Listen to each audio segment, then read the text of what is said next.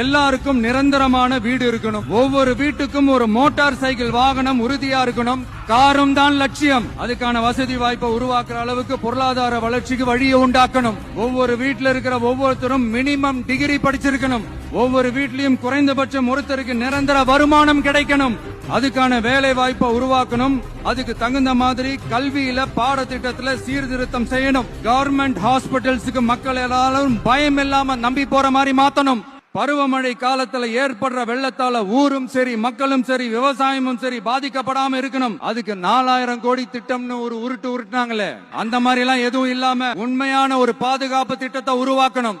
மீனவர்களோட, தொழிலாளர்களோட, நெசவாளர்களோட, அரசு ஊழியர்கள் மற்றும் ஆசிரியர்களோட கருத்து கேட்டு அவங்களுக்கான பாதுகாப்பு மற்றும் வளர்ச்சி திட்டங்களை உருவாக்கணும். உருவாக்குறது மட்டும் இல்ல, அதை செயல்படுத்தணும். முக்கியமா இண்டஸ்ட்ரியல் டெவலப்மெண்ட்ஸ்ல கான்சென்ட்ரேட் பண்ணணும். எல்லாத்தையும் விட ரொம்ப ரொம்ப முக்கியம், சட்டம் ஒழுங்க ரொம்ப ஸ்ட்ரிக்டா வச்சிருக்கணும். நம்மளுடைய அம்மா, அக்கா, தங்கச்சிகள், அவங்களுடைய பிள்ளைகள், குழந்தைகள் எல்லாருக்கும் பாதுகாப்பு, அதுவும் உண்மையான ஸ்ட்ராங்கான பவர்ஃபுல்லான பாதுகாப்பை உண்டாக்கணும். அண்ணா யூனிவர்சிட்டியில நடந்த அந்த பெண்ணுக்கு நடந்த அந்த பிரச்சனை மாதிரியோ, இல்ல கோவையில நடந்த அந்த கல்லூரி பெண்ணுக்கு நடந்த பிரச்சனை மாதிரியோ அதெல்லாம் நடக்க விடவே கூடாது. நம்ம வீட்டு பெண்கள் ஸ்ட்ராங்கா, பயமே இல்லாம தைரியமா இருக்கணும்.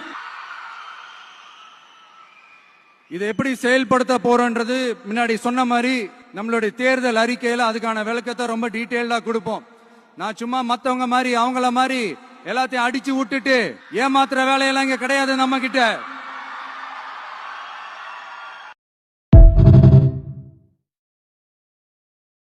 அரசு நிலத்தில் வீடு கட்டி வருடக்கணக்கில் சட்டப்பூர்வமான மின் இணைப்பு, வீட்டு வரி போன்ற ஆவணங்களுடன் ஆக்கிரமித்துள்ள அனைவருக்கும் பட்டா முறைப்படுத்துதல்.